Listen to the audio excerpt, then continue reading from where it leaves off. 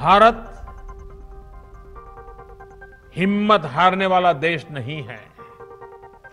न भारत हिम्मत हारेगा और न कोई भारतवासी हिम्मत हारेंगे। हम लड़ेंगे और जीतेंगे।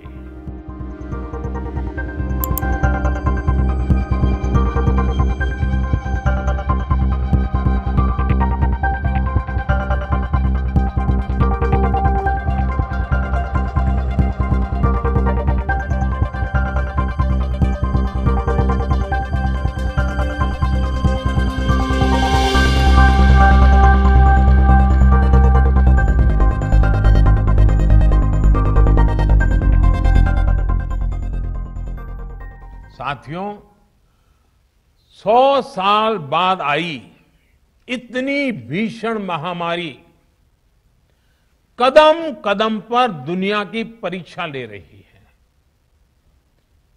हमारे सामने एक अदृश्य दुश्मन है और ये दुश्मन बहुरूपिया भी है।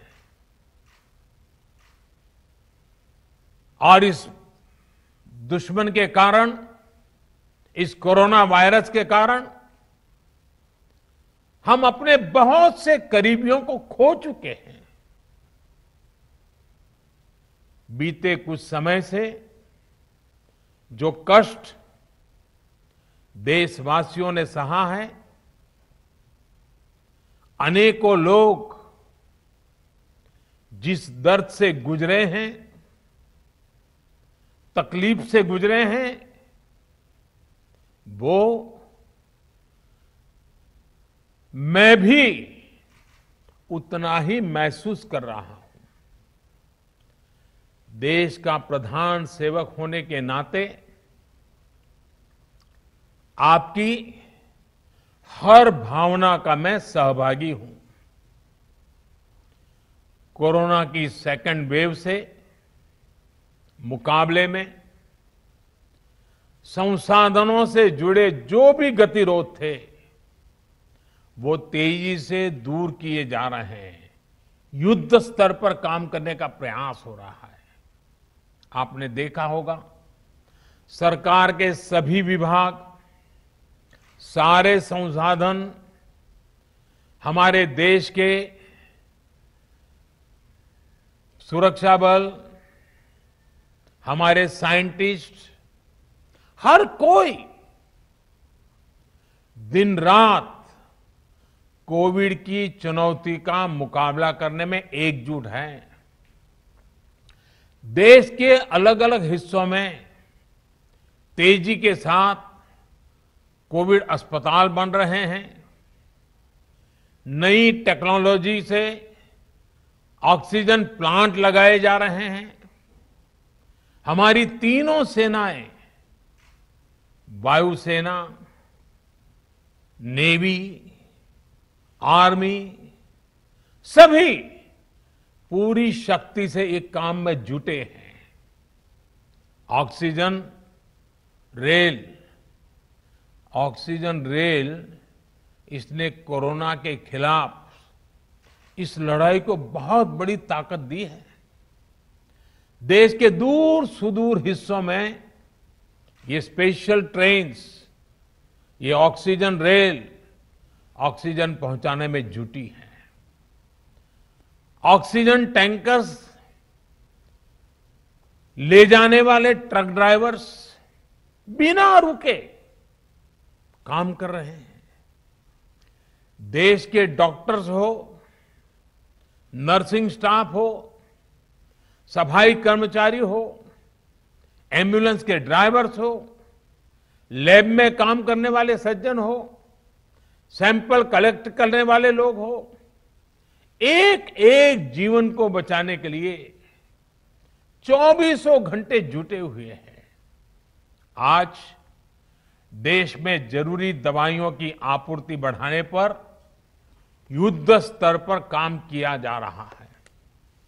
सरकार और देश के फार्मा सेक्टर ने पिछले कुछ दिनों में जरूरी दवाइयों का उत्पादन कई गुना बढ़ाया है।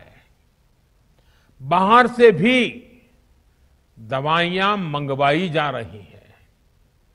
इस संकट के समय में दवाइयां और जरूरी वस्तुओं की जमाखोरी और कालाबाजारी में भी कुछ लोग अपने निहित स्वार्थ के कारण लगे हुए हैं।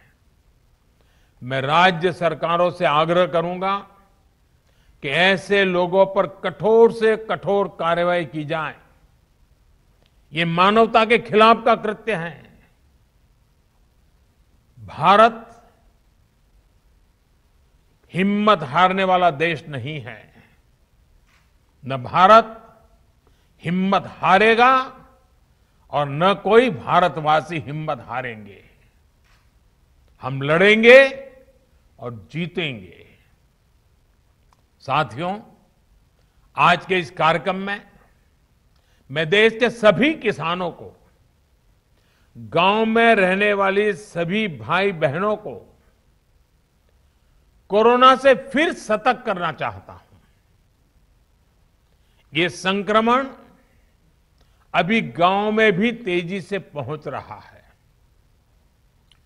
देश की हर सरकार इससे निपटने के लिए हर संभव प्रयास कर रही है। इसमें गांव के लोगों की जागरूकता, हमारी पंचायती राज से जुड़े जो भी व्यवस्थाएं हैं, उनका सहयोग, उनकी भागीदारी उतनी ही आवश्यक है। आपने देश को कभी निराश नहीं किया है। इस बार भी आपसे यही उम्मीद है। कोरोना से बचाव के लिए आपको खुद पर, अपने परिवार पर, सामाजिक स्तर पर जो भी जरूरी कदम है, आवश्यकताएं हैं, उसे हमें उठाने ही हैं। मास्क लगातार पहनना बहुत जरूरी है। वो भी ऐसा पहनना है कि नाक और मुंह पर पूरी तरह से ढका रहे। दूसरी बात, आपको किसी भी प्रकार के खांसी, सर्दी, जुकाम, बुखार, उल्टी, दस्त जैसे लक्षणों को सामान्य मानकर नहीं चलना है। पहले तो खुद को यथासंभव दूसरों से अलग करना है, फिर जल्द से जल्द कोरोना टेस्ट करना है, और जब तक रिपोर्ट ना आए तब तक डॉक्टरों से जो दवाई बताई है वो जरूर लेते रहना है। साथियों, बचाव का एक बहुत बड़ा माध्यम है कोरोना का टीका। केंद्र सरकार और सारी राज्य सरकारें मिलकर ये निरंतर प्रयास कर रही हैं कि ज्यादा से ज्यादा देशवासियों को तेजी से टीका लग पाए। देश भर में अभी तक करीब 18 करोड़ वैक्सीन डोज दी जा चुकी है। देश भर के सरकारी अस्पतालों में मुफ्त टीकाकरण किया जा रहा है।